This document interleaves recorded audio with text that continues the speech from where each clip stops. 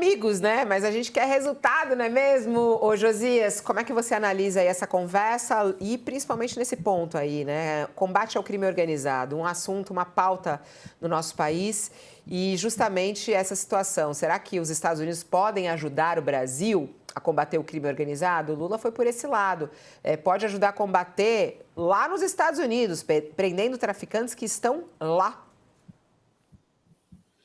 Pode ajudar, sim, mais do que traficantes, a vendedores de armas, né? A representantes do crime organizado que, morando nos Estados Unidos, mandam armas para o Brasil. E há, nas recentes investigações, nas recentes operações feitas pela Polícia Federal em conjunto com ministérios públicos e secretarias de Fazenda dos estados, com a Receita Federal, nessas mais recentes operações, ficou evidente que há pessoas lavando dinheiro no eixo Faria Lima, Estados Unidos.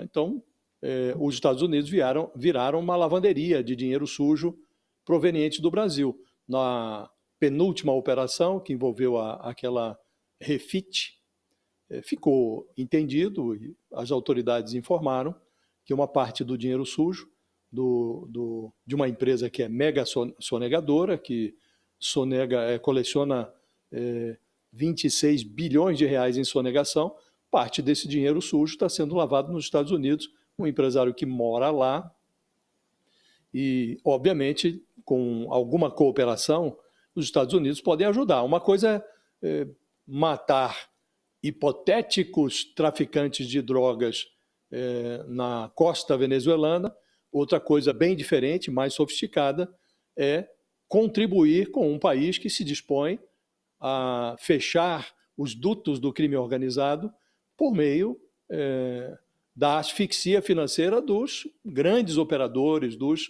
responsáveis por grandes esquemas de sonegação que têm conexão com o crime organizado. O Lula, nessa entrevista que deu à Verdes Mares, Fabiola, ele, que é um político 100% movido por uma disciplina que não foi para a escola, que é a intuição, ele acionou o seu olfato, que é um olfato... O olfato do Lula é o instinto dele, né? E ele parece ter farejado o segredo do inquilino da Casa Branca, que é a dupla personalidade. O Lula disse na entrevista, toda vez que eu converso com o Trump, eu me surpreendo. Muitas vezes você vê o Trump na televisão, muito nervoso, e na conversa pessoal, ele é outra pessoa. Fiz questão de dizer isso para ele. Temos dois Trumps, o da televisão e o da conversa pessoal. E, de fato, o cotidiano do Trump é uma sucessão de poses, né? O Trump faz pose da hora em que acorda até o instante em que se enfia novamente sob os cobertores. E nunca se sabe se os ódios rotineiros ou os bons fluidos que exala de raro em raro são reais ou são representados. Desde aquele encontro de poucos segundos na ONU, o Lula teve uma conversa presencial e duas conversas telefônicas com o Trump. A última delas, essa agora de terça-feira. E ele já retirou o Bolsonaro de cena, coleciona avanços em relação à crise tarifária, reduções expressivas em relação a alguns produtos. E nesse novo telefonema, o Lula abriu essa fonte, que é uma fonte nova e promissora, que é o combate ao crime organizado, baseado em informações, o compartilhamento de informações.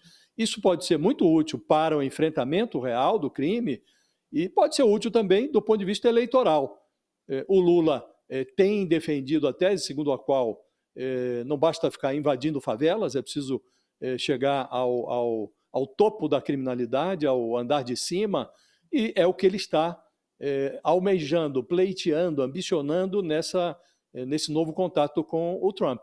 Se ele conseguir avançar nisso, isso será, do ponto de vista do combate ao crime, algo muito interessante, e do ponto de vista eleitoral, algo que ele vai poder faturar no ano que vem. Vamos lá, Sakamoto, pegando por esse gancho aí do crime organizado, né? É possível realmente os Estados Unidos ajudarem o Brasil? O Lula, diferentemente do que outros falam, né, de Trump ajudar aqui em solo brasileiro, Lula pede para que ele ajude lá em solo americano, né?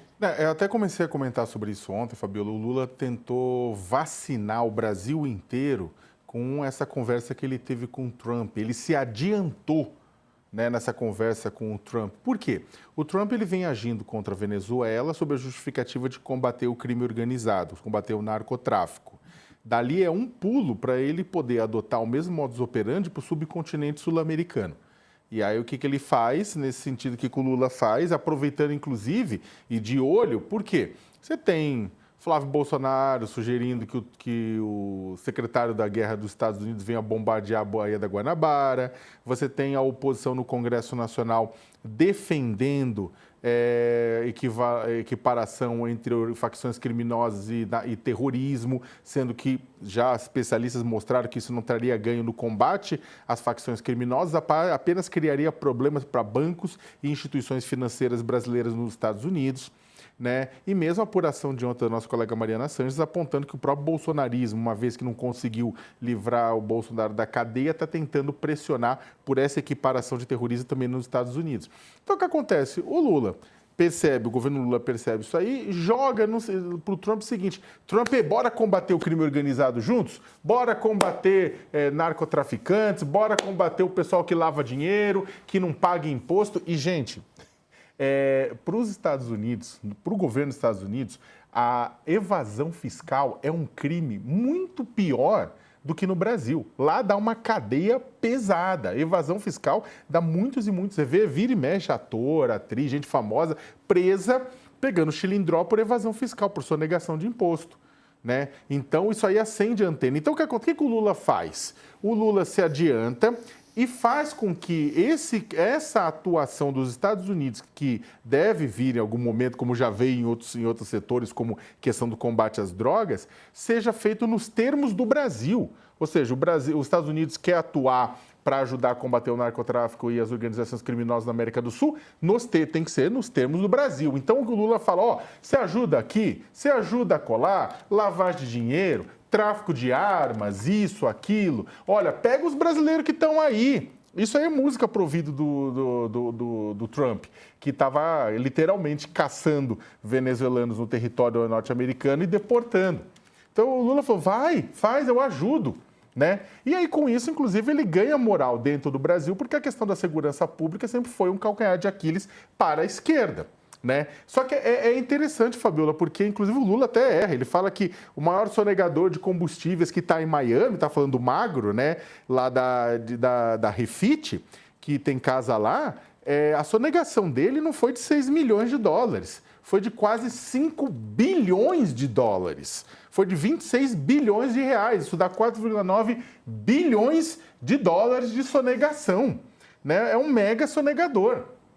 Então, o que acontece? No final das contas, o Lula jogou de forma estratégica, tentou vacinar o Brasil nesse processo, né? Jogou para os Estados Unidos, o Trump promete ajudar. Então, enquanto o Trump e os Estados Unidos estão ajudando nos termos que o Lula coloca, evita que os Estados Unidos atuem de forma criativa, né? Criando novas formas de atuação que acabem batendo de frente com a nossa soberania. E o tarifaço vai acabar ou não vai? Porque ele pediu, mas ele não deu a resposta, sim ou não? Eu acho que é o seguinte, Fabiola, eu acho que a questão do tarifaço com relação aos outros produtos é questão de tempo para ir caindo. Ou seja, primeiro foi para aqueles produtos que a gente avisou, né? Avisou, os Estados Unidos vai ter um problema inflacionário por isso, que carne, fruta, café, é o que os americanos consomem, todo mundo consome, e vem de onde? Grande parte vem daqui. Então o Trump estava com problema inflacionário, liberou esses produtos. Tem outras coisas que também estão tendo pressão contra o governo norte-americano por conta de empresa de lá, por conta de empresa de cá, por conta de consumidor. E aí, aos poucos, também a avaliação, isso aí vai sendo liberado também. Eu acho, o que não vai ser liberado no curto prazo é a Magnitsky. Né? A lei Magnitsky contra Alexandre de Moraes, contra a esposa, ou mesmo questões de vistos contra o ministro Supremo, isso aí deve continuar por enquanto, inclusive como uma resposta ao público conservador lá dos Estados Unidos.